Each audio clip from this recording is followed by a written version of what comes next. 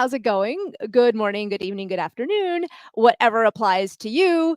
Hopefully those extra 20 seconds of me staring at the screen gave you a chance to get some coffee, or in my case, a little bit of tea this morning, a little yerba mate. Hi, my name is Maria. I am a 2005 graduate of Harvard Business School and the founder of ApplicantLab.com. ApplicantLab.com is like the DIY self-paced platform for getting terrific admissions advice, culled from my 20 years of experience in giving admissions advice and helping people get into terrific schools. So what we are going to do today is you might have already seen in the past, I have already done a pretty extensive resume advice webinar with GMAT Club. We decided to not repeat that today, but we are going to repeat some of the lessons from that webinar, albeit in a slightly different way. So what I'm going to do today is I have 2 resumes that are real resumes. I have redacted and changed the identifiable information. However, the general direction of things is in fact accurate. It is in fact based on 2 real people who were accepted into Harvard and Stanford business schools. And so one of the people has a finance and investing background, and the other person has an engineering background, because I was told, and this makes intuitive sense, that this is like the biggest, amongst the GMAT Club community, these are some of the 2 biggest, demographics. However, if right now you're sitting here and you're like, well, I don't work in either finance nor am I an engineer, so is this webinar going to have anything for me? What I'm going to do is, as I go through the 2 different resumes, I will be giving out advice and tips as to what I think works in these resumes. Now, to be clear, these people were Applicant Lab users, and so you can still hear me. Okay. Well, anyway, I don't know what's going on these days. I don't know if maybe when folks talk about the world going in a weird direction, maybe they're right. Maybe it's just happening in my house. So anyway, what we're going to do is I'm now jumping in to, if you can see on the side, I've got the sample finance resume. So first of all, I'm zoomed out. You can't read it at this far away zooming out. But one of the first things I want you to notice is the amount of white space that there is in this resume. How even before you zoom in your eyes on a single word, a single piece of content, the overall impression that you get is not one of panic and jumbling, and I am shoving an avalanche of words into your face, dear admissions reader. There is actually a sense of sort of openness. And when the admissions reader pulls up the PDF of your resume with your application, I want them to have that sense of openness, because it makes you feel like, oh, okay, I can dig into this. I'm not going to be overwhelmed. This is not going to be a 5-minute exercise in frustration where I'm squinting and there are all these boxes and colors and different things everywhere. You want there to be a lot of nice white space. That means space between the sections. It means space between the bullet points as well, to give the eye a place to rest between each bullet. When you don't have space between your bullets, what happens is that the bullet points themselves risk kind of looking a little too much like a big wall of text. And that's not what you want. You can eliminate that wall of text sensation by either increasing the space between the bullets, or you can also indent some bullets. You can use sub bullets. For example, if you use one bullet, I don't actually know that I did that in these sample resumes, but this is a tip that I'm giving you anyway. If you have sort of one larger bullet, let's say for a project that had a couple of different steps that you want them to know about, you can always use bullets and sub bullets. You can indent some of the bullets to get into some of those details and also make it visually clear to the reader that when I say that I did X, Y, and Z, it was in reference to this other thing up here above. Okay, so now with that kind of initial visual impression out of the way, let us zoom in a little on this resume. So I got rid of the first name, last name, and the contact information. So let's jump right into the employment section. So there are a couple of things that I think make this particular resume one that is more memorable than perhaps some other people who are applying from the finance space. First of all, notice how they highlight that they got an early promotion, right? Would the admissions officers have sort of figured that out on their own anyway, right? Because look, this person was an investment analyst for only 1 year before then getting promoted to the associate level. Now, granted, they had done 2 years of investment of iBanking and analyst role first, but still, like they were letting me know that they got an early promotion. Would I have figured that out on my own as an admissions reader? Maybe I probably would have done the math. And also the recommender, if you're not comfortable putting a detail like this on your resume because you're worried that it's going to make you look like you're showing off or you're bragging, have your recommender do the bragging for you. So in this case, if this person would have said like, "Oh, I don't know that I want this on my resume," so plain, so, in your face, not in your face, or in your face would have been all caps and bold. But maybe I'm not comfortable putting that here. Then always make sure that you can have your recommender do that bragging for you. Okay. The next piece going down is it says middle market private equity firm with over 2 billion assets under management. Um, my sector focuses on financials, manufacturing, and consumer goods. So first of all, let's focus on this first sentence. You know where you work because you work there every day. And so for you, the company where you work is basically the center of your universe, at least while you're awake and while you're conscious and going about your day. However, not a lot of people are necessarily going to have heard of sailboat investors. That's obviously not a real name for a real company. Not a lot of people, maybe like people in your company have heard of it, maybe other people in your industry have heard of it. But if we think back to, I don't know if you saw my presentation last week that was on keeping the admissions reader in mind when you are thinking about your application in general and in particular your essay.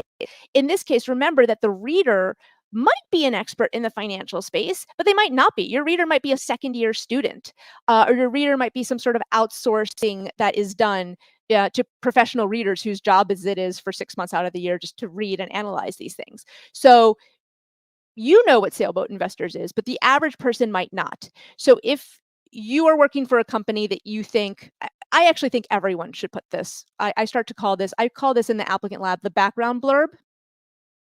I think pretty much everyone should have a background blurb because either you work for a smaller company that they might not have heard of, or you work for a super huge company that they have heard of. But then in that case, there are 55 million different divisions of that company, right? So how do I know if you say I work for JP Morgan, in what? In what? There's a lot of parts of JP Morgan, not just the one part. So it's important to help the reader understand the context, right? We sort of start at the top of the funnel as broad as possible, and then we start to zoom in. Almost if you picture a movie, like Steven Spielberg is one of the masters at this, of like starting with like that big panning shot and then it zooms right in, usually on a frightened child. That's just very Spielbergian. In this case, it's not a frightened child. In this case, it is your career. So we're going to start with, okay, where is it that you're doing your day-to-day job? Is it at a division of a big company? Is it maybe a smaller company? Help me understand very quickly what that company does. Do not assume that they will know what your company is. Do not assume that a reader specific to your industry will be reading. It's certainly not at the first read through. You can't necessarily hope for that. You can hope for it, but you can't necessarily get that. So first of all, I'm defining what Sailboat Investors is. It's a middle market private equity firm. Great. Now I start zeroing in a little bit more on my job, quote unquote, as the candidate.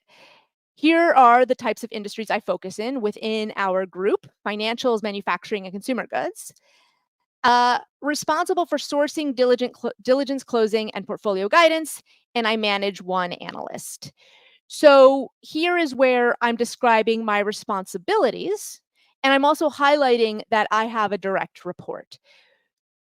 A big mistake that people make with a resume is they think that the bullet points, all this stuff down here, should be describing my responsibilities, right? I am responsible for collecting this information. I am responsible for making sure the paperwork is right. I am responsible for blah, blah, blah, blah, blah. The fact is, your responsibilities themselves, while interesting, should not be the focus of the resume. for a couple of reasons. First of all, someone can execute their responsibility. I know what your responsibilities are, but I don't know if you're executing them well. How do I, if you tell me what I'm responsible for this, I'm responsible. Okay, but are you any good at it?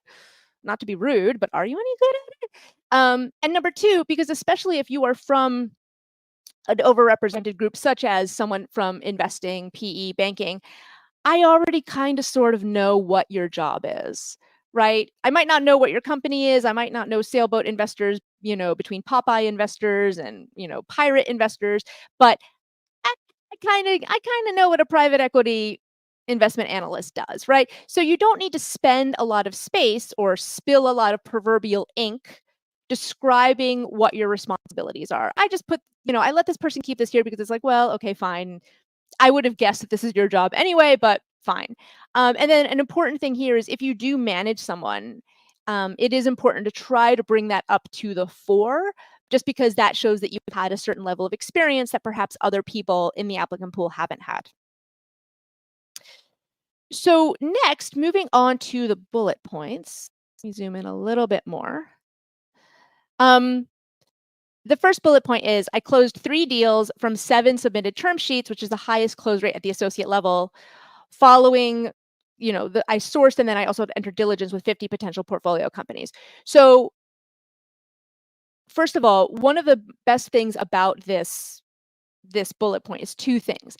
It summarizes what is the impact this person has had in their 3 years, whatever it is at the firm.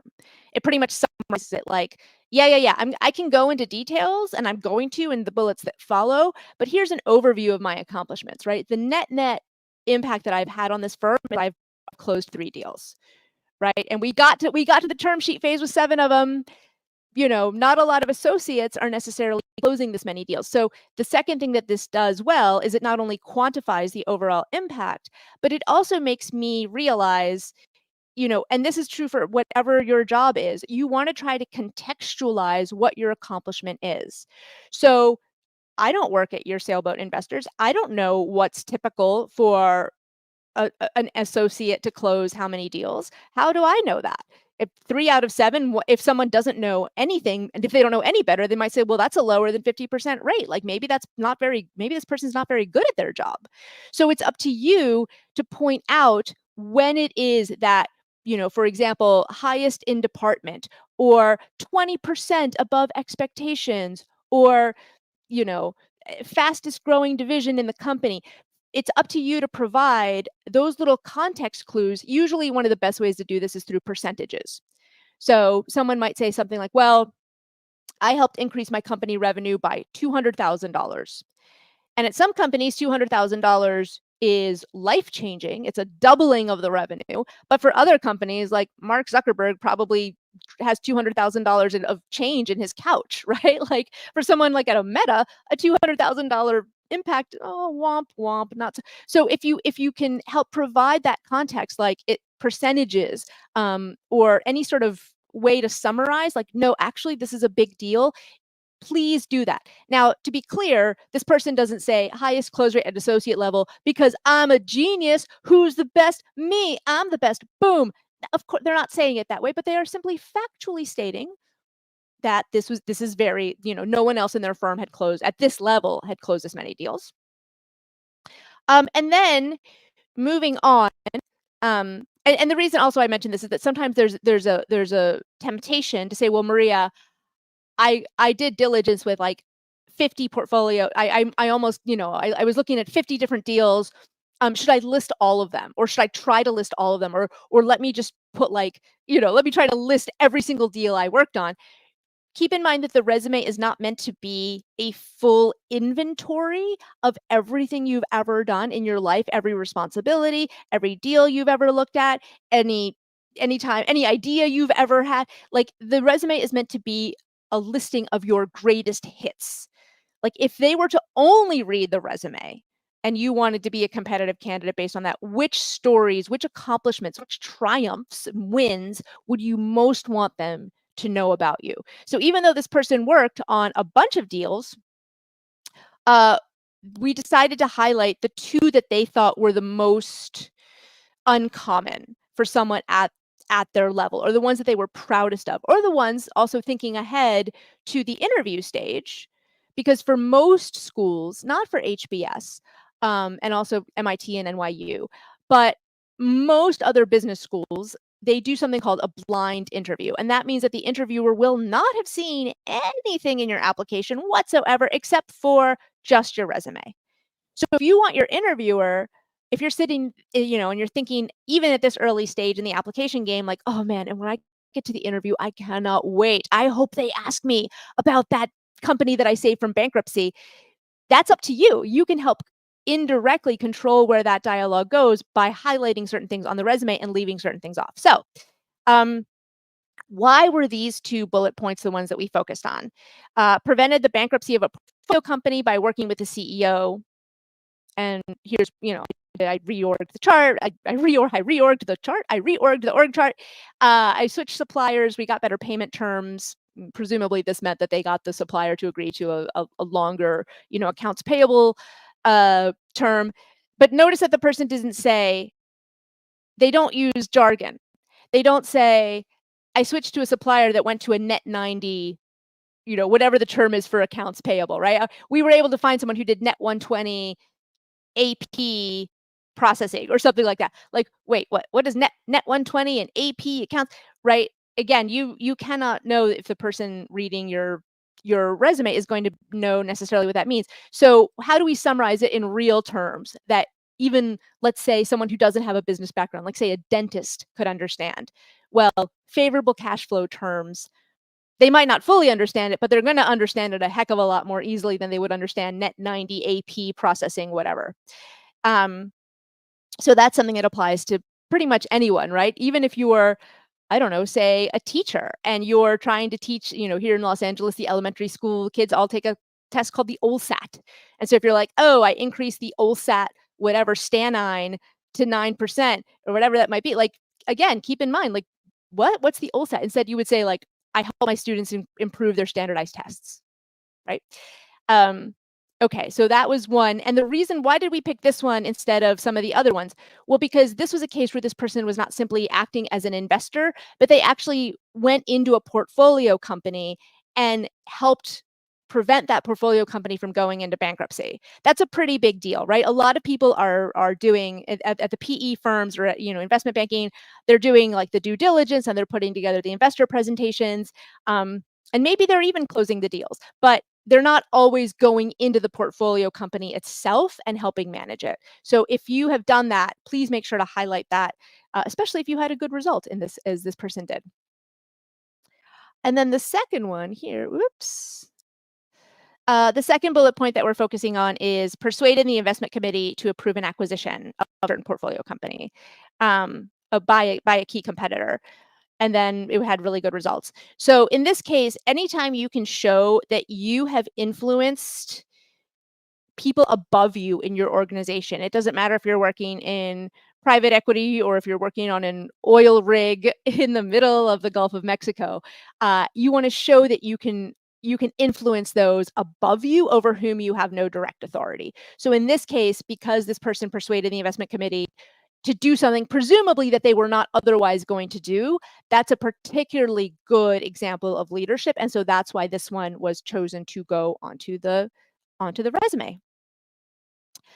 Moving on, is we're going to move faster from here. I'm spending more time on the more recent job because, obviously your more recent job is probably, I would hope, going to be the one where you've had the most responsibility, where you've had the most wins, and therefore it's probably going to be the one that you focus more on. Because if we look down here, this person started their career in investment banking. Very common. A lot of people you have to start in investment banking for the most part if you want to work in private equity, right? So this is pretty standard stuff. This person also, they did close some sort of record number of deals also as an analyst in their 2 years. And then again, we focused on increase the sale price for a client by expand. Oh, sorry, I cut off. I must have accidentally deleted part of the line here. It was by expanding margins in the DCF calculation. So basically, again, the initial version was something like, overhauled margin calculations and the DCF model, which ultimately led to a higher valuation. And it's like, well, so what, right? One of the things I teach in Applicant Lab is, so what? For any bullet point that you've got, ask yourself, okay, well, so what? I did this and then X happened, but what does that matter? What matters at the end of the day is that the client got more money when they went to sell their company, right? I increased the sales price. They were able to make $53 million more, which was 17% more than they were expecting. Again, notice the contextualization, right?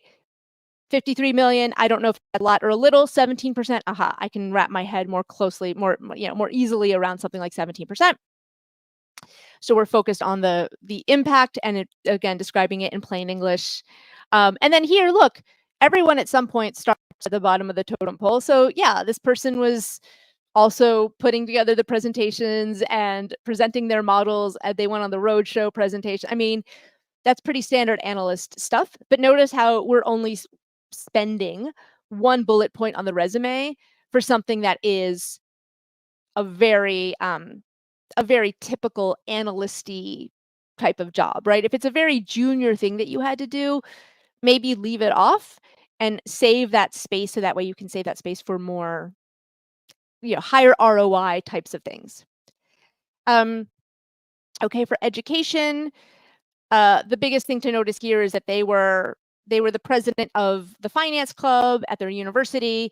And then here we're talking about things like, okay, I created joint events with other student groups, so we got more people to join, right? Here what we're doing is we're showing what Harvard Business School for decades called a habit of leadership, which is what they look for, right? People who, like, no matter where they are, they look around and they're like, we don't have a lot of users, or we don't have a lot of people in our club. How can I increase the number of people in my club? Oh, I know. What if I set up a joint event with the economics club or some other club?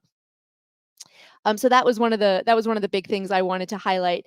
And then I also really liked here, if you were in a position where you could convince your university to do something different within your role. Of course, this is like, I realize that not everyone is in this position. I don't think I did anything to convince my university of anything. I did a lot of leadership stuff in college, but but if you did, please mention that, right? Please emphasize things that involved convincing, persuading others. This can be really powerful. And then moving on, we've got just a couple of fun little additional things. I raised $5,000 for charity. And I also have done a bunch of beach cleanups. Now, this person doesn't have a whole lot under their additional because they're probably working 100 or 500 or 3,000 hours a week as an investor. And so that's okay. If you are working in one of these like very, very intensive roles like in investing or consulting, it's understood that you're not going to have a ton of free time to do 1,000 beach cleanups. You might only get to do 30. So with that, what I'm going to do for a second is I'm going to hop on over to the comments before I move on to the next sample resume, which is from an engineer. Well, hold on, let me mute myself while I take a big old swig of tea and I read, because no one wants to, you don't want to.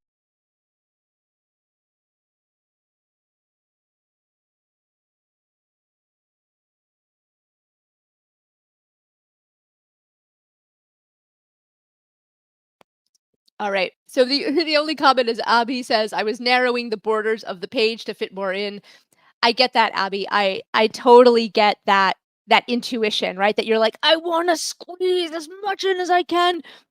But that's actually counterproductive, right? In the other sort of my main resume webinar, I say, like, look, you have to imagine that the person on the other end, that, many of them read 20, 30, 50 files a day. So you have to imagine that it's 7:30 p.m. on a Friday and your file is the last one they open, right? And put yourself in their shoes. This is such a simple tip, and yet it's something that I think people tend to forget, that the people on the other end of the admissions office who are reading, they're people, right? They're people just like you. If you were to open up, it's 7:30 at night on a Friday, you have read 200 other applications this week. You just want to get out of there, but you need to hit your limit for the day. and you pull open that PDF and you open it and you see a resume where there's no margins and it's 4-point font and you have to really, to really squint to see things. Um, Spoiler alert, a lot of these admissions readers are middle-aged women like me, and your eyesight really starts to go. It's actually alarming how much your eyesight starts to go once you pass sort of 45. So, look, are they gonna read a resume that is super smushed and packed? Sure, they'll try to read it, but, oh, right? Like, "Oh, man, I don't ugh." You don't want their reaction to your resume to be, "Ugh," right? So keep that in mind. Okay. Alright, and actually, it looks like there aren't any other okay. So Tanae is asking, how essential is it to quantify your engagement and achievements in the additional section? So Tanae, the general rule of thumb is that whenever you can quantify anything, please do. But it's also understandable that a lot of this you can't necessarily quantify it, right? If you mentored 10 different startups in your city and you have no idea if those startups like if they raise money or what's happening because you just mentored it's okay. You don't necessarily have to have a number for everything, but if you can quantify it, please do. Just because again, it helps me get a sense of okay, in this particular case that we just went through, is closing 6 deals, is that a big deal or is it not? It's a less than 50% like, I think it was like 3 out of 7 or whatever it was. Is that I mean, it kinda sounds like less than 50%, and I don't know about you, but, but then if you find out, like, well, but normally the close rate is 10%, not 50%. Woo! Now I can as a reader, it doesn't matter what my background is. I know the difference. I can say, "Okay, I know the difference between 50% and 10%. Wow." As opposed to like, "Oh, okay." So it's not just about quantifying, but also providing that context information behind the numbers in case it might not be obvious that a certain accomplishment was good. Um, okay, and then Ayush is asking, "I have not managed any resources directly, but I have managed a budget. Should I put that in the background blurb in my responsibilities?" Yes, if that's part of it, and then within what I would do is if you put your responsibilities, and then if you save your bullet points for your greatest hits, then if you have a particular leadership accomplishment regarding that budget that you are proud of, then your bullet point, you can say like, "Oh, I'm responsible for managing a P&L or a budget of whatever size." And then one of your bullets can be, "I helped reduce expenses by 15% by doing whatever." So if you describe the responsibility in the blurb and then the bullet is, "Here's how I impacted. Here's the positive impact that I had under the umbrella of my responsibilities." Okay, I'm just gonna answer 2 more questions and then jump to the next resume, which is our sample engineer's resume. Speaking of bad eyesight, should I include in my CV a motivational book written as a co-author or talk about it on other parts of my application? So what I yes, I would absolutely include that book that you wrote. I would put it under the additional section. And if you've got any information, just because here's the thing. So this is not so common. Like nowadays, it's not such a big deal to have a blog, but maybe I don't know, 5, 10 years ago, a lot of people would put things like, "I've started a blog on whatever it is," and the thing is, like, I would then go to the blog because at a certain level, like, the higher you get in the consideration set, like, the more scrutiny is gonna be paid, and sometimes I would go to these blogs, and it would be like, there are 5 people who have seen this blog post, right? It's be like 3 blog entries and 5 people have seen it, or something like that, and in that case, it actually damaged the person because it's like, "Oh my god, you put together this fake blog 3 weeks ago, didn't you?" Like, this is not an actual passion of yours. So absolutely put the book, Mikkel, and if you happen to have any information on it's been downloaded 1,000 times or, it's been, 3 different, I don't know, reading book clubs have said that they wanna read it. Anything like that is great, but, if you have it, of course. And then the final comment before I move back to the other resume is these values in millions are making me feel like an imposter being a non-traditional applicant. So yes, what I would say to you is this is why those percentages are so important. That's exactly what I was saying. Like earlier when I said, okay, let's say a line on your resume is I increased revenues by $100,000. At a charter school system, that $100,000 might be life-changing. If you're Mark Zuckerberg, that $100,000 is not even a rounding error to a rounding error to a rounding error of your company's revenues, right? So that's why this contextualization is going to be your friend, providing percentages, saying things like 25% above expectation, twice as good as hoped for. I exceeded my goals 3 times more than what management had told me. Anything like that that helps me understand on a percentage wise or 3x wise, or it doesn't even have to be quantifiable. It could be something like fastest growing or, most successful team or whatever it might be. Another way that some people have done it before is, let's say this is for someone like say in a sales position, um, they would say something like, I closed 30% of the deals on a 10-person sales team. Well, wait a minute. Like if the close rates were evenly distributed amongst 10 people, each person would close 10%, but this person closed 30%. So that was sort of like a way for them to quantify, like, no, I really am the best. So just try to think about that. It's not about the size necessarily. There are people who work for, say, in this case, let's take a private equity fund. Some people might work for a private equity fund that is much, much larger. They might work on deals that are much, much larger than in a sample, but maybe all they did was they put together a couple of documents and they made a little PowerPoint and they did some of the due diligence, but they didn't really impact the direction that things went in. In that case, that person is less attractive as a candidate as someone who maybe worked for a small investment fund, but was really able to show that they moved the needle. So it's not about the size; it's more about it's almost like what is it? The delta, like what is that percentage delta showing that impact? That actually matters more than the size. People can work for huge companies and not actually accomplish a whole lot. Um, and so that is something to consider. So do not lose hope. Okay. Now moving on to our sample engineer. Again, based on a real person, but I have changed the identifying information. Okay, so this is someone who works for Medtronic. Maybe they did in real life, maybe they don't. Maybe I chose that, maybe I made it up. Here's a hint, I made it up. They didn't actually work for Medtronic. Okay, and they were a senior engineer in the home ventilation division. So here, immediately realize how important it is. In this case, Medtronic is a huge company. We're even pointing out that it is publicly traded. If you're applying to schools in the U.S. and the school you're applying, and the company you work for is a well-known publicly traded company, you might not have to put, "Hey, it's a traded company. Yo, it's a big deal." But if you work for like a small cap company that's publicly traded, you might want to let them know, like, "Hey, like we're actually listed, we're actually public." Like that's to the extent that that's a milestone that for some companies at least, you might want to put that information. This person, Medtronic, you probably didn't have to put it because this one's a pretty well-known name. But notice that they put, "I'm a senior engineer in the home ventilation division," because Medtronic is huge. Medtronic does 4 million things. So home ventilation division, okay. And since I already know, oops, I did not mean to do that. Since I already know what division they're in within Medtronic, I do not then need to repeat that here and say, "I'm in the home ventilation division of Medtronic."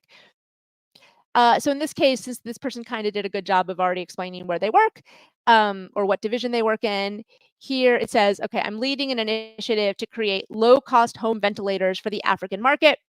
This has the potential to improve the quality of life for millions of patients with COPD, MS, etc.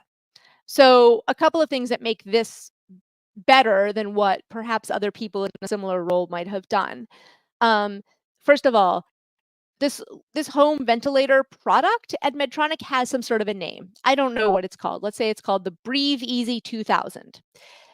It's very easy for us when we work at a certain company or when we work on a certain product to assume that everyone knows what the Breathe Easy 2000 is, right? Of course, how could anyone not know it? Well, most people who don't work in your company are not going to know. So if you have like an internal general jargon is bad, but the jargon is even worse when it's jargon that is only specific to your company. So this person just said, instead of putting the name of the product, it's home ventilators. That's pretty much all you need to know.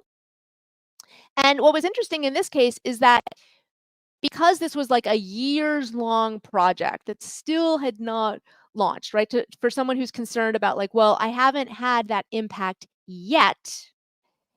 In this case, you can talk about what the potential will be.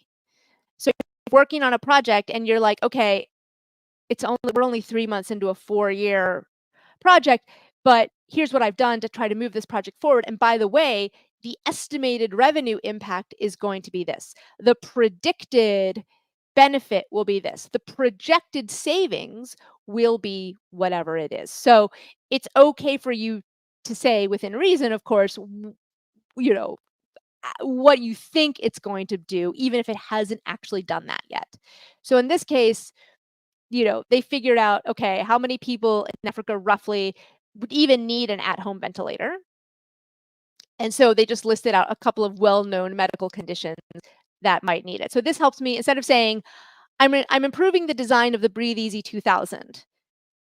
Okay, well, I don't know what that means, but now it's like, wow, I know what the product is. I know that there's a lot of potential for it. And instead of saying like, I mean, a person could have said with obstructive pulmonary breathing disease. Okay, but maybe if you do that, then at least try to put maybe in parentheses, like, okay, well, what does that mean in real life for the average person walking down the street? Like, I might not know what obstructive pulmonary, whatever it is, but maybe I know someone who has COPD, or I know someone who has MS, or whatever that condition might be. Okay, so en route to making these portable home ventilators, one of the things this person did is they reduced the cost of the device by proactively researching the feasibility to maybe we manufacture in Nigeria. So we had previously been manufacturing in another large country, and it was cheap on some levels, but the shipment costs, a whole bunch of other stuff made it expensive. But if we could redesign it and if we could manufacture it in Nigeria instead for the African market, it turns out we can save a ton of money. So one of the things I liked about this bullet point is that, first of all, we have the impact right up front, right? A lot of times people like to use the STAR, the situation, task, action, result framework. And other admissions consultants will tell you to do that in your resume. I respectfully disagree. I think situation, task, action, result is wonderful if you are telling a story verbally to someone in an interview, or if you are writing about a story in an essay. For a resume, however, keeping in mind that an admissions reader is probably reading at least 100 of these a week, it's human nature, and you're not going to be laser focused with eagle eyes on every single line of every single resume. So you're going to want to try to grab their attention up front by putting that result as early as you can in the bullet point. Grab my attention with it and then tell me how you did it, right? The way that a standard situation, task, action, result type of bullet would have been, it would have said instead, I was tasked with finding a way to lower the costs. One way I did that is I researched the feasibility to manufacture it someplace else. And the result was I reduced the cost of the device by 40.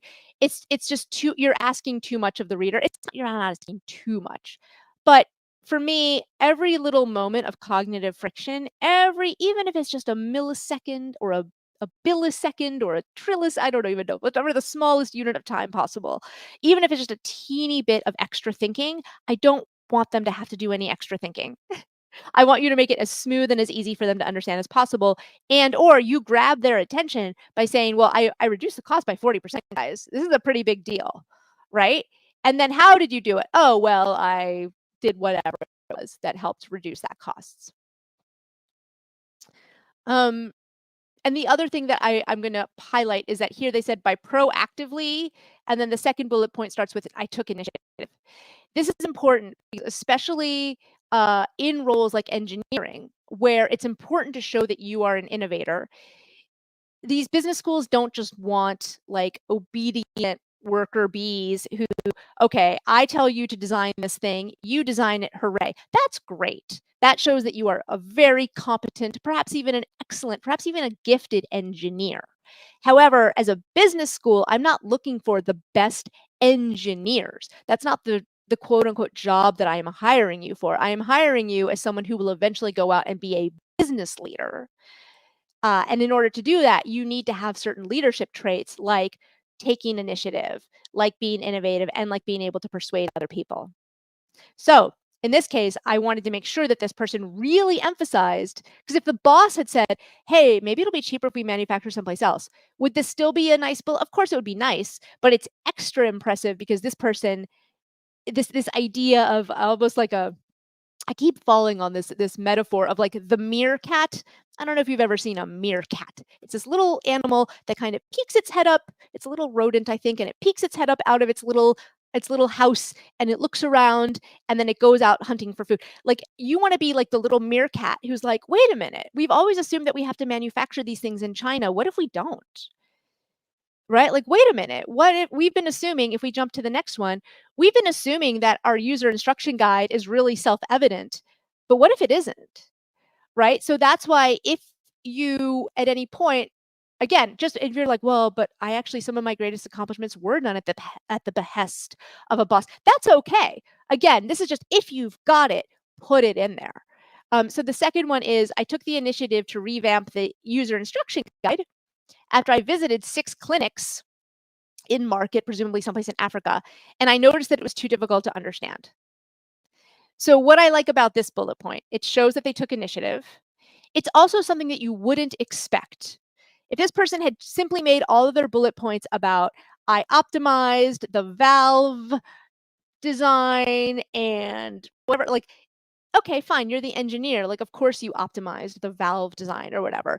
I'm not saying don't put it, but it would be pretty expected, right? In this case, it's not often that the engineers actually get involved in the user instruction manual, right? That's probably several other departments, someone else far away, not in your department. But this person actually went to visit some clinics to see the prototypes in action, and they realized that, oh my gosh, it's supposed to be an at-home device.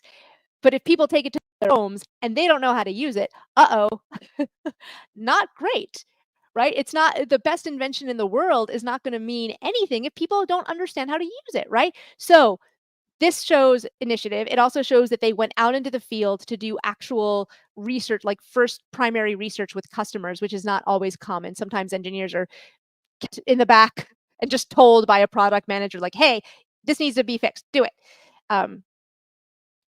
And then here, I coordinated a team of 7 across different departments, getting ready for launch. Now, what is good about this is that even though this person, our last example was someone who actually had a direct report, but not everyone applying to business school has direct reports yet. Don't freak out if you don't. However, even if you don't have anyone officially reporting to you, can you demonstrate that you're someone who does lead groups effectively? So in this case, coordinating is like a good word to use when you're not the person who's officially in charge, but you're kind of the person making things happen because the person officially in charge has a lot on their plate. It is dropping the ball, and you're like, somebody's got to do it. Coordinating can be a great way to convey that you're the person running stuff. You're kind of making it happen, but you're not actually officially leading the team, right? Because that would be a lie, even if in theory, even if in practice, sorry, if even in practice you're actually the person leading the team. Okay, and then sorry, I should have started out by zooming out. So this was someone who had spent several years at this company, and so they had a couple of different roles. So this was good too because it sort of shows that they've got different perspectives on different facets of the innovation process. So the other thing they had done before they took off focusing on just this one product, they had been part of an internal skunk works. So Medtronic has some sort of, lots of companies have this, like the internal innovation group that's like, hey, let's just think about moonshots. Like, what are some totally random innovations that we can do? So I was an engineer in the internal innovation group. The IIG is Medtronic's internal skunk works, pursuing moonshots. I worked across the office to brainstorm new product ideas. So in this case, I created a new brainstorming framework. I changed the name of the framework, but I created a new, I don't know, light and innovative, fast breaking, sprinting, out of the box, whatever the framework is. I created a new framework for internal teams to use. So what is nice about this is that it not only shows innovation, but that it's not just this person is not just helping themselves, they're actually helping other people in the office, right? They're influencing people beyond just themselves or their immediate group.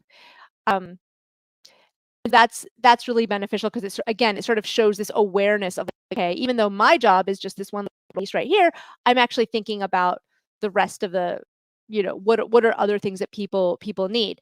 What's also good is that it conveys that this person is good at communicating, because one of the stereotypes, unfair or fair or maybe somewhere in the middle, one of the stereotypes about engineers that they are so good with numbers. Oh my gosh, give them an analysis to do, they will knock it out of the park. But ask them to like communicate and rally a team around something and make sure that everyone's on the same page. That's a lot harder. So that's what made this particular bullet point so powerful, that it showed a scope of influence across the company. Right, if we think about Stanford in particular, this person ended up going to Stanford. If we think about Stanford's motto, it's change lives, change organizations, change the world, right? Well, person is showing, I changed in my organization, right? I changed my organization by creating a new framework that internal teams are now using. And then they were also responsible for some internal hackathons. And then within those hackathons, I picked one of the teams is now commercializing the idea, so I'm helping them in my spare time. And then they started their career in some sort of rotational program. Here, the most noteworthy thing about the rotational program is, you'll notice that I'm spending a lot less time for both people. The further back in the past we go, the less space is spent, the less time is spent on what they were doing. That's by design. Obviously, most of us at the very beginning of our careers, that first year, those first 2 years, we're usually more in a learning and absorbing and growing mode and less of a, okay, now I'm going to make impact mode. So to the extent that you were probably, I mean, maybe you were, but most of us were not generally creating a ton of impact those first between, say, call it 1, 2, 3 years. You don't have to spend a lot of space on it because it's not as relevant for me assessing your candidacy, right? So this was the most relevant thing here was whatever this rotational program was, this person's letting me know, like, okay, I've never heard of whatever the Medtronic Future Leaders rotational whatever program is, but wow, there were three of them. 3 of these jobs were given out, and over 900 people applied for these jobs. So I mean, look, we could have added in some explanation of what were the different engineering disciplines, but that part is less. That's sort of like that's interesting. But what I'm interested in is impact as an admissions reader, right? For MBAs. If you were applying, to be clear, if you were applying to a master's in engineering, this resume would look completely different. Right. And that's one of the first things I say in the other, if you go back and you watch like sort of my original resume webinar, the resume you use for a job search is not at all the resume you're going to use for your MBA application. Right. So for an engineering job search, sure, you would say I was I was doing a little bit of electrical, I was doing a little bit of mechanical, I was whatever it is. Could they have added it in? Sure. Would it have made things bad or no?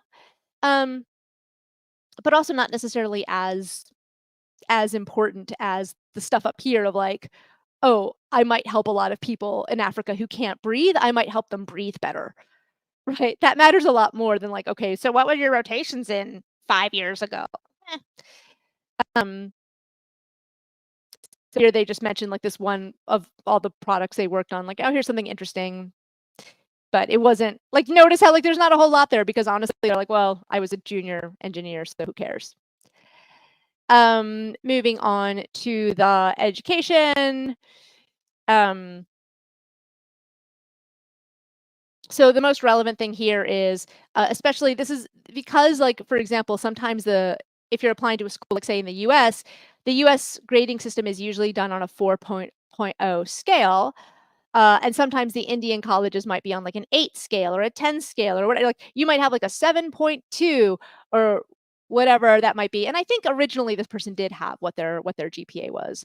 But the most important thing is like, well, I can't, for me, a 7 out of 10 in US terms, that would be a C, was a 2.0 out of 4 GPA, right? Like, oh, that's a really bad GPA.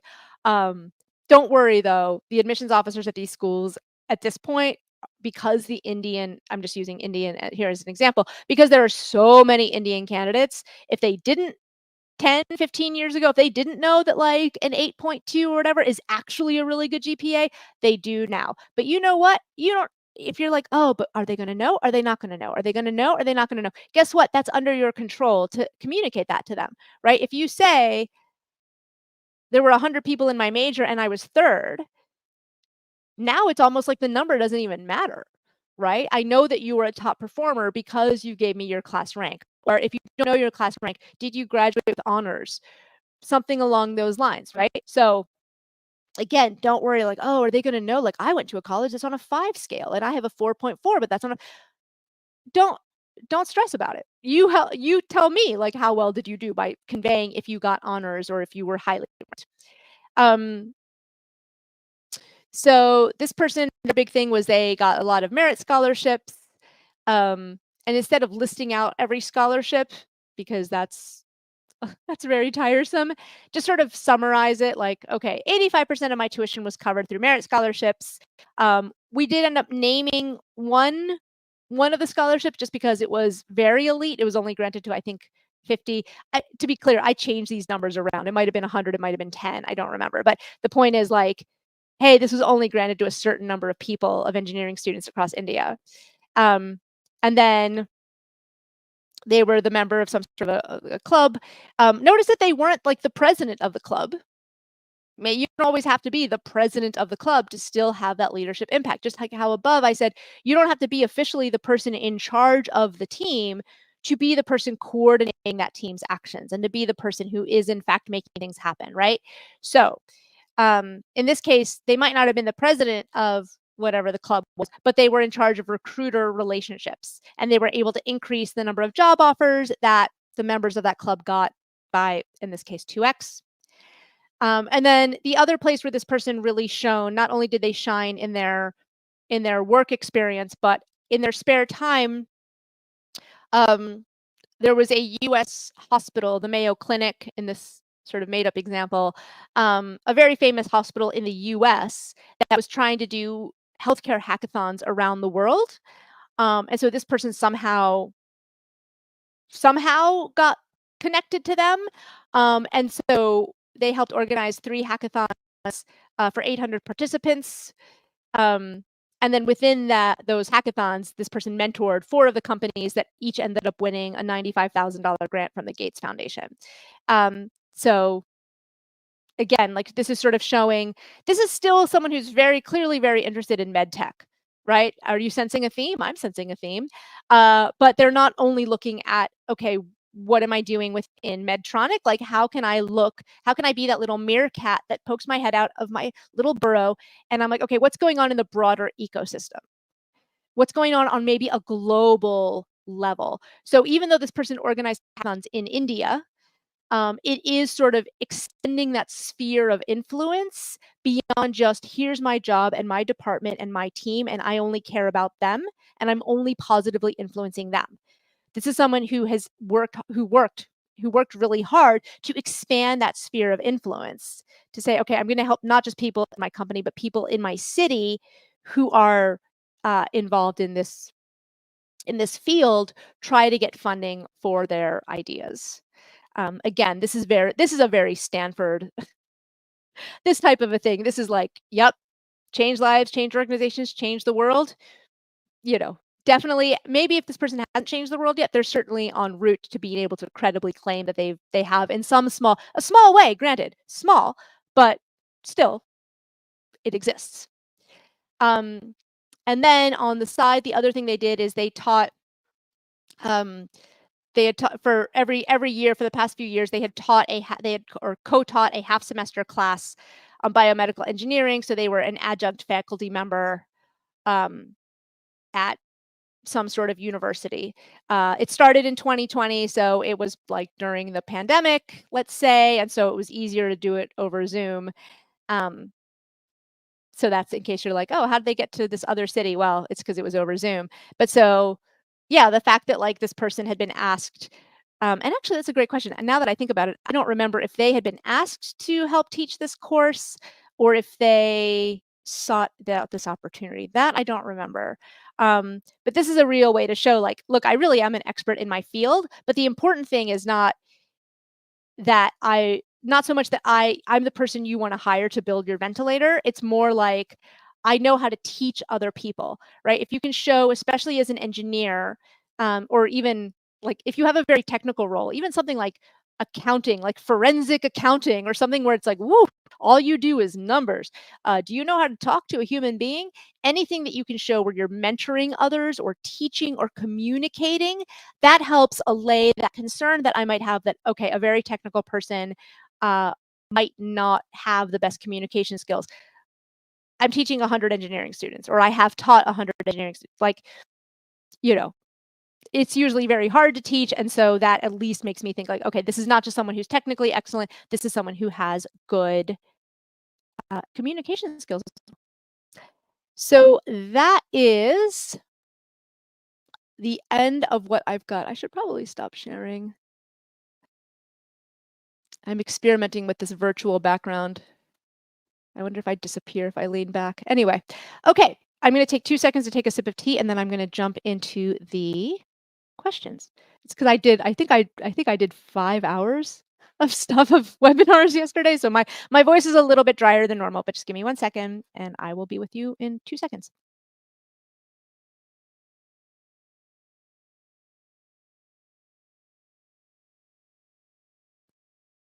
Okay. Oh, did I forget to? Maybe I forgot to. I was I was trying to mute it, but maybe I didn't mute it. Sorry, apologies if you just heard me take that big swig. Okay, so going back into the questions, how do you recommend we handle company sensitive information? Like, let's say the method of increasing the ROI by X% is as a result of a strategy I proposed. It's like a trade secret. How do I go about it on my resume? Okay, so it depends on, there are lots of different ways that you can put sensitive information in the resume.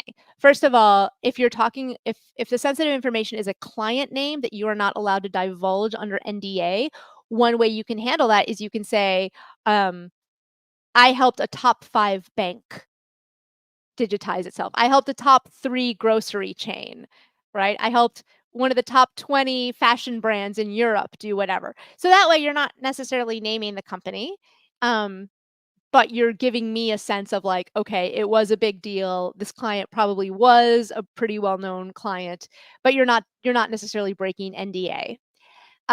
You could also, if you're not comfortable giving out a specific number, you could maybe give a range, or you could not give the number, but say something like, I improved this thing 15% more than anticipated. So maybe it's you're not giving me what that final number was, but you can say, well, my target was to, let me see, ROI was what you were talking about.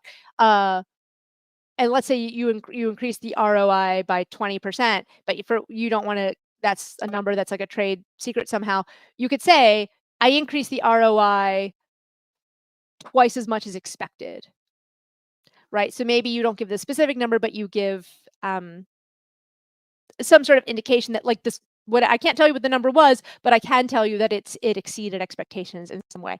Let me know if I missed uh, specifically what you were thinking of when you asked that question in terms of trade secrets. Um, Given that a lot of MBA programs require a minimum of 2 years of experience, is it worth actually applying with 2 to 3 years of work experience when competing with applicants with a lot more experience? So, Abby, this is a great question. And usually I tell people no. I tell people don't apply with 2 to 3 years of experience because you're still so young in your career. Not keeping if we think about the fact that demonstrating impact, especially at the very, very, very most elite schools, right? The reason I'm thinking about Harvard and Stanford is because the first resume that we covered today was someone who went to Harvard, and the second resume was someone who went to Stanford. that impact is what matters, perhaps more than the age. But if you are young and you haven't had a lot of impact yet, I do think that it's worth asking yourself, like, okay, so what am I going to compete on? Right? When people do get in at the 2-year mark, it is often because either they are in a very standardized program that sends people to business school after 2 years, right? They are at McKinsey. McKinsey is like, look, you've been here for 2 years. If you want to apply for the MBA, we will sponsor you. What, like, they have a set. Some of these big consulting firms, for example, have kind of like a set pathway where they will send people at the 2-year mark uh, to business school. Now, increasingly, I have noticed that more and more people are not applying at the 2-year mark, even from the McKinseys and BCGs and Bains of the world, because they themselves want even more experience, either at a higher level of management consulting or they go to work for a client company. Um, and get some, real world, real industry experience first. So in general, uh, yeah, I do think when people say like, well, why, it's not fair that the schools want people with 4 to 5 years of experience because I'm young and I'm really smart. Yeah, but if you haven't accomplished a whole lot, and it's not just about, I mean, think Abby and anyone listening who's only at the 2 to 3 year mark, don't just think about getting in. Think about what would happen once you're there, right? If someone's in a classroom and the classroom, because a lot of business school, at least in the US, it's based on classroom discussion. If the classroom is talking about, like, hey, this time that we had to fire a low performing employee and how did you handle it? And everyone else in the room has 5 years of experience. And so they've at least witnessed something like this happening. And you've only got 2 years of experience. It can be harder for the if a younger candidate does get in but they are not quite as accomplished. I'm not saying that you won't be respected by your classmates, but there might be a little moment of like, well, how'd this person get in? Right? Like, what are they contributing? I'm not really learning a whole lot from them. So whatever. Um, so it's not just about getting in. It's also thinking about like, what am I gonna contribute once I'm there?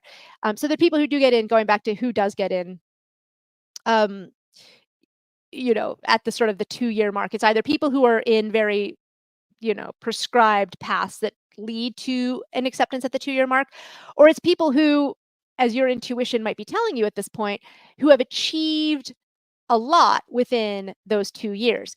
Usually these are people who, like, perhaps worked for a family business where they were given a lot of responsibility, or they worked for a startup where they were given a lot of responsibility. So, for example, my year at HBS, in my section, there was only one person who only had 1 year of experience, but that's because during college they had built a company that they ended up selling for several $1,000,000. So that person could say credibly in their application, like, look, even though I'm young, I have built a company, right? I have launched a company, I have built a company, I have hired a team, and then I have sold the company. So yeah, that person was younger, but we all respected him because he had accomplished so much. So that is why, it's harder for people who are younger, even if they have a lot of potential. Yesterday in one of these sessions that I was doing, there was someone who they only had 2 years of experience. Their career was off to a really cool start, and I was like, "Just think how much stronger you'll be in 2 more years. Once some of these other once you've had a chance for this business to grow even more, once you've had a chance to have even more under your belt to talk about." So I usually discourage candidates at the 2 to 3 year mark. Or if you're desperate to get, what I told this person yesterday, if they're like, "You don't understand. I can't get into why, but I have to start my MBA next year." Cool, but then realize you might need to apply to schools that are a little bit less elite, right? In that case, cast a wider net uh, to ensure that you're maximizing your chances of getting in. Okay, the next question is, on the education field, I don't have a very good profile in my undergraduate, but it was good before that. So is it a good idea to show those old qualifications? So I'm assuming that you mean from high school. High school does not belong on a master's level resume. So if you did very well in high school, that is really not asked at all. In previous years, for example, HBS would ask you, like, what high school do you attend, but they would not ask anything else. They would not ask what were your grades, what was your class rank. Like, they ask a ton of information when you're for your college, for your undergraduate, and if you did a master's afterwards, you have to put in all kinds of information. But for high school, it doesn't really matter, right? High school is ancient history. High school is what prepares you for college. And so if you go to an elite college, for example, it's assumed that you did well in high school. Otherwise, you wouldn't have gotten into the elite college, right? So for that reason, sorry, that's why grades from high school don't really matter in this process. So I would not put them. Okay, moving on. Abby's got another question. Okay, if we're considering schools outside of the top 10 or 20, is the third year work experience then deemed feasible? So Abby, I think we need to be very clear that it's not about it's 2 years you're not good enough and then at 3 years, poof, presto, you're magically good enough, right? If in that between that second to third year, you don't really accomplish much. The reason that your chances go up when you get to the 3, 4, 5 year mark, it's not because simply due to the fact that 4 years is better than 2 years, right? Some people can have 4 years of experience, but maybe they didn't do a whole lot. Maybe they just sort of sat around and did the bare minimum and did not get early promotions and they were not little meerkats looking for ways to improve their industry or their field or their company. In that case, it doesn't matter, right? So to be very clear, it's not just about the amount of experience, it's about the quality of the experience, which is why someone with 2 years of experience can get in, right? I had someone a couple years ago get in, oh, maybe it was 2 or 3 years of experience. They got into Wharton and they were an engineer, but oh my gosh, like they had overhauled their internal patent application system. And so now the company, instead of submitting 2 patent applications a year, was now submitting like 15 patent applications a year. And that was improving the company valuation because it was like a startup. And so having those patents made investors more interested. Like, you know what I mean? Like it's not just like I showed up and I did my engineering job and I left at 5 p.m. or 7 p.m. or whatever. Like this was someone who was like, huh, we're doing a lot of really cool stuff, but we're not really getting patent protection for it. Maybe I should do something about that. So in that case, yes, that person did have a little bit less experience, but in terms of the number, but in terms of the quality of experience, in terms of being able to say, look, I helped my company get a better investor valuation because we had more patents, because I overhauled our internal process for filing for patents, for applying for patents. So I hopefully that this helps explain that it's not like, well, at 2 years you're not good enough, but now at 3 years you magically are. Right? It can depend on the person. Some people are never ready. They have, 5 years of experience, 10 years of experience. At 10 years, you're starting to get a little too old for the standard 2-year MBA. But hopefully that helps explain a little bit. It is about quality more than quantity. And it's funny when you look at let's say the GMAT, and my brain is still on old GMAT, guys, not GMAT focus. So apologies for not being up to speed with the latest. But if you used to look at, let's say, the top 10 or 15 schools, and you would look at their average GMATs, it was almost always like 730, 730, 720, 730, 730, right? Somewhere between 720 and 730, which was like a difference between, I don't know, something like 94th percentile versus 96th percentile. Not really a big difference. And yet, between, let's say, Stanford, which is the hardest school to get into, and then a school that's ranked, say, 15th, that is much easier to get into statistically, what made the difference? Like, what makes the difference between the people who get into, say, Harvard and Stanford, and the people who get into very, very, very good schools, but just maybe not quite those very tippy top schools? It comes down to the quality of this leadership experience.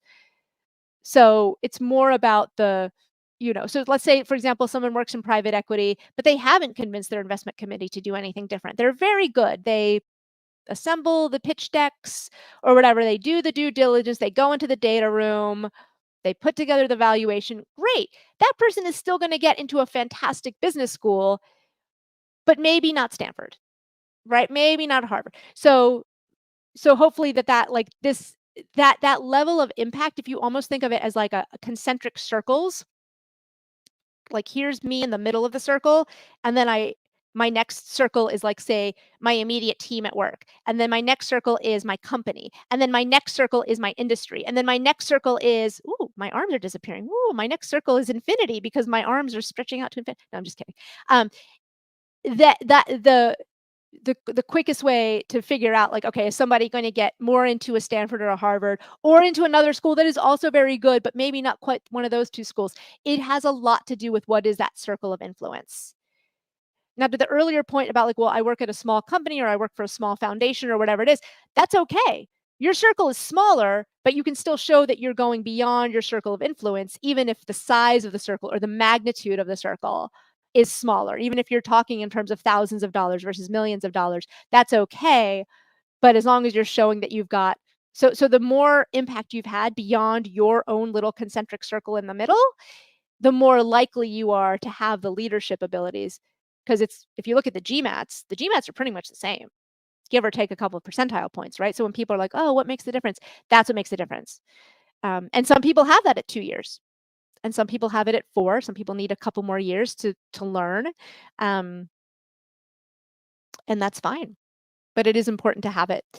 Okay, I think those look like all of the questions that we've got. So thank you so much. If you like my tips, there's a lot more where that came from at applicantlab.com. I have an entire resume module that really goes line by line through your resume to give tips and tricks on what to do. So please do check it out. All right. Thank you all so much and have a great rest of your day. Bye.